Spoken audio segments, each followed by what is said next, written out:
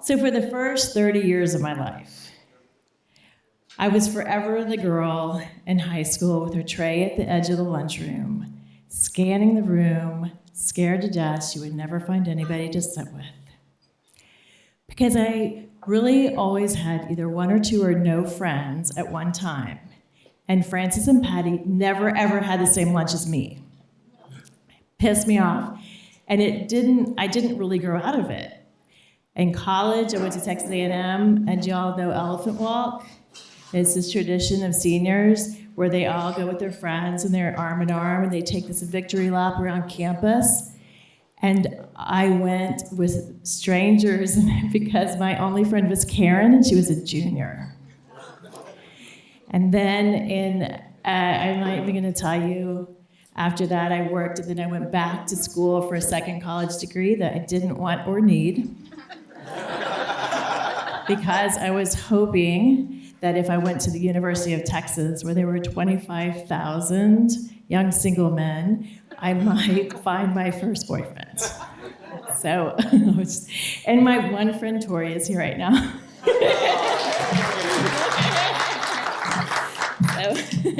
So I'm just awkward. I don't know whatever happens to me, but one thing that I could do to connect with people was to travel, and I learned how to do it. I always went alone. My one friend would be busy. But I learned how to always go to the hostel with the courtyard, because then I could meet people at the courtyard. And the other thing I learned is to get a job. And not many people get a job while on vacation, but I did.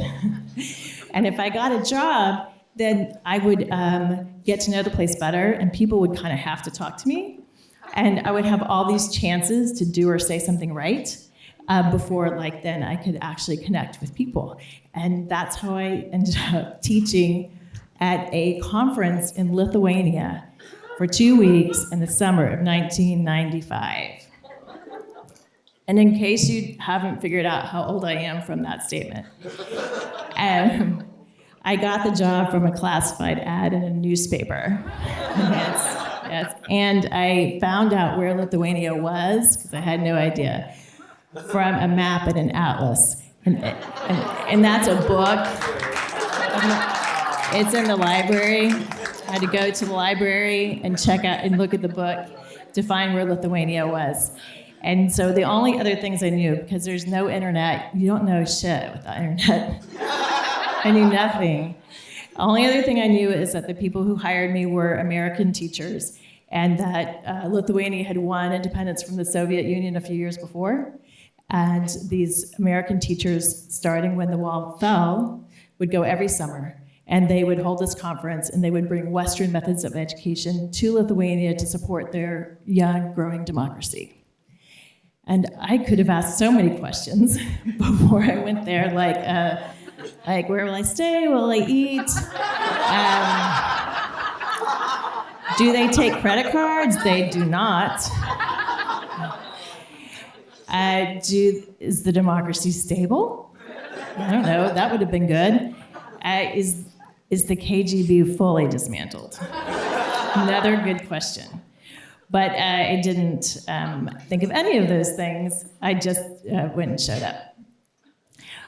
This is what I should have asked. I should have asked, just how socially awkward could one moment be? That's what I should have asked. So on the day in question, I'm teaching an informal session. So it is just for fun. And it's just a chance for the Lithuanian teachers to practice their English. And so you're supposed to pick a fun topic. And I had chosen my topic and had introduced it and explained it and given some context and lots of examples. And then I asked just a regular question. And I'm in a room about 20 teachers. They're all female. They're mostly older than me. And in the moment that I ask this question, they all freeze. And they stare straight ahead. They don't say a thing. And it's almost like they stop breathing. And I could just sense this fear had come into the room like a fog and had just settled down into all the empty space. And I hadn't noticed this before, but all the teachers, they were sitting really straight and rigid in their desks, and their hands were all like folded at a 90-degree angle in the middle of their desk, and they were all looked exactly the same, like this female middle-aged army, like in this classroom-like formation. And I don't know what they were so afraid of, but the fear like absorbed into me, and I didn't know what I was supposed to be afraid of, but it was just terrifying. And I wanted to ask more questions, like what did I say or what did I do? But it's all going through an interpreter, and I'm afraid I'm gonna make it worse. So I freeze. We're just all frozen, all together. It seemed like an hour. And then finally one of the teachers said, "We are not yet able to consider such questions." So at dinner that night, I had a lot of questions to ask, and it was all the American teachers who had come over. We were all having dinner together, and I said, "You've got to tell me what I did, because I almost killed my entire class. And I don't want to do that again, so tell me, what did I do?" And they schooled me. I learned more about history in one dinner than I had learned in my entire life. And Ruta took charge, and she was going to tell me what's up. And Ruta was she was older. This story totally tells you how old I am, but so she was born in Lithuania, and as a young girl, she lived through the Russia's first occupation of Lithuania, which was in the 1930s. She also lived through Hitler's occupation of Lithuania. And at the end of the war, her parents knew that the Allies were winning, and if the Allies won, the Russians would be back. And so her parents gathered up the family. They risked everything. They fled Lithuania into Germany, of all places, who was losing the war. But they left because, she said, the Russians were worse than Hitler.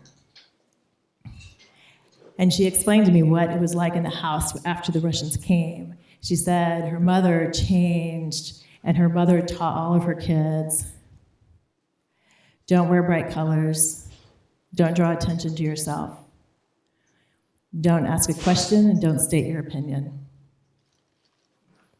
She learned that the Russians were always listening, even when they weren't in the room, and people disappeared forever for no reason at all.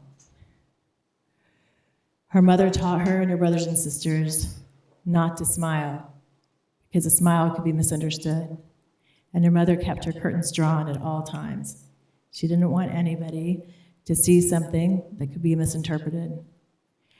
And just in that moment, Ruta was just looking at me, and she wanted me to know what it felt like to be 4 years old and be taught never to smile. So then I went back to think about what I had just done earlier that day when I almost killed my class. And this is what I did. All right, are y'all ready?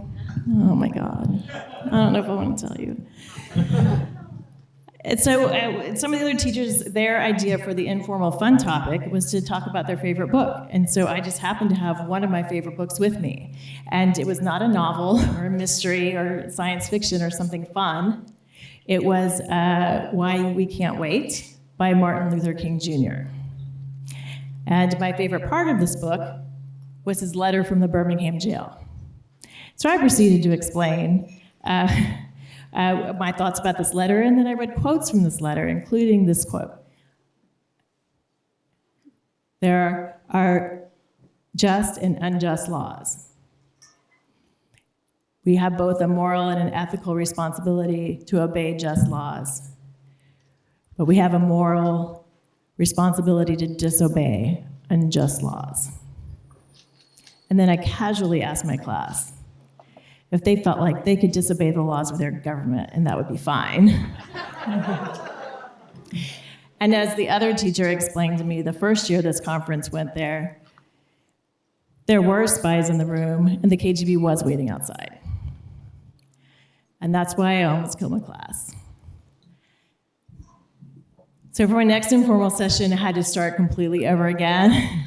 And I really wanted to not go there. I wanted to be less terrifying and not cause any medical issues.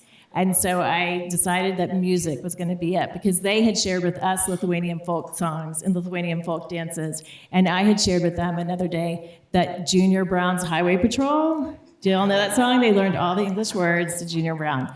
And that had been fun. And so I said, what's like the best music that cannot like hurt anybody? And I decided it was the Beatles. And so I explained the Beatles and like, I can't believe they didn't know who the Beatles were, but that's how the badass the Russians are. If they don't want you to know, you're not going to know.